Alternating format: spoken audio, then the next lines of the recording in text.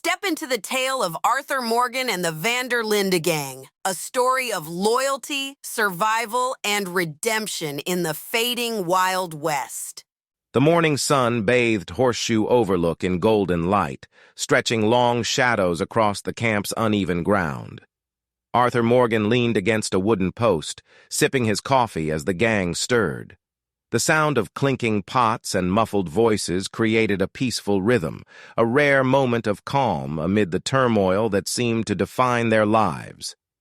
Karen's laughter broke the quiet as Sean recounted an embellished tale of a brawl he claimed to have won single-handedly. Arthur shook his head with a faint smirk, glancing over to where Dutch and Hosea stood at the edge of camp, deeply engrossed in conversation.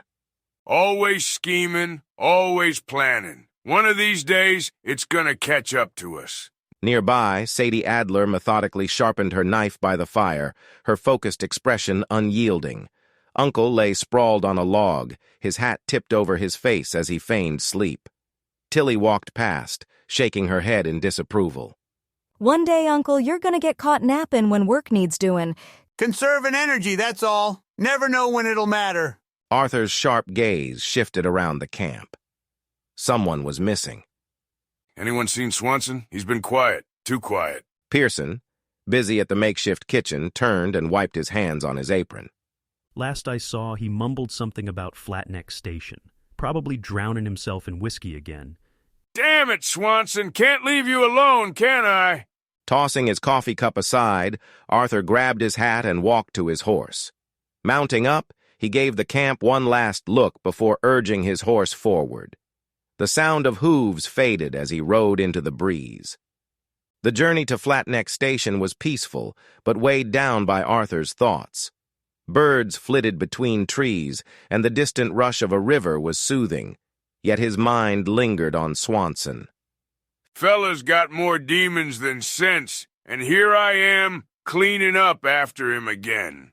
As Flatneck Station came into view, the hum of activity reached Arthur's ears.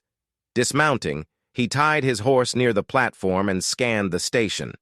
Inside, Reverend Swanson slumped over a card table. Two men, Luther and Marvin, sat across from him, their faces a mixture of amusement and exasperation. Your friend. He's got the worst poker face I've ever seen. Doesn't matter, he's barely conscious. Arthur approached, tipping his hat as he took in the scene. Gents, mind if I take his place? Looks like he's had enough. By all means. Maybe you'll make it interesting.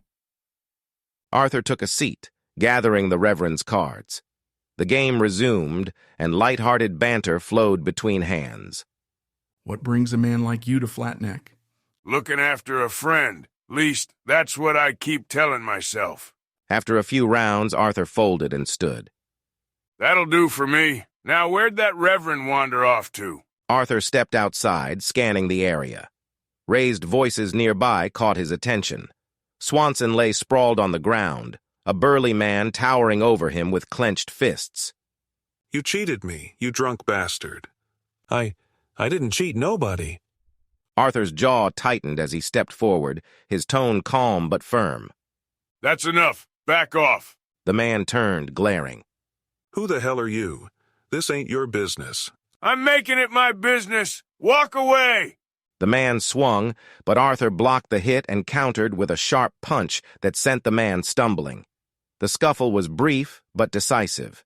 The defeated man retreated with curses under his breath, leaving Arthur to pull Swanson to his feet. Get up, Swanson, we're leaving.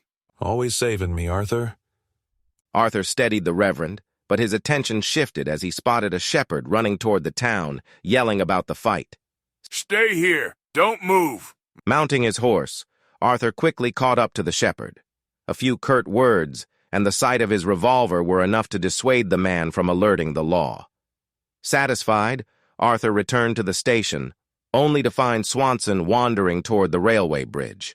Swanson, get off that bridge! The Reverend stumbled onto the tracks, mumbling incoherently. Arthur's heart pounded as he saw the faint glow of a train's headlight approaching. Spurring his horse forward, Arthur dismounted and sprinted onto the bridge. Hold still, damn it! He yanked Swanson's foot free just as the train thundered past, the rush of air nearly knocking them both off balance. Swanson collapsed onto the planks, muttering apologies. I'm sorry, Arthur. Save it. Let's get you back to camp. With Swanson slumped over his horse, Arthur rode back to Horseshoe Overlook under the cover of darkness. The camp was quiet, its fire reduced to embers. Arthur guided the Reverend to his tent, laying him down with a sigh. You're lucky Dutch still sees something in you. Start pulling your weight, Swanson. The Reverend mumbled incoherently, already half asleep. Arthur stepped outside into the cool night, leaning against a post as he gazed up at the stars. Another day, another mess. One of these days, it'll all catch up to us. Another chapter ends, but the story's far from over.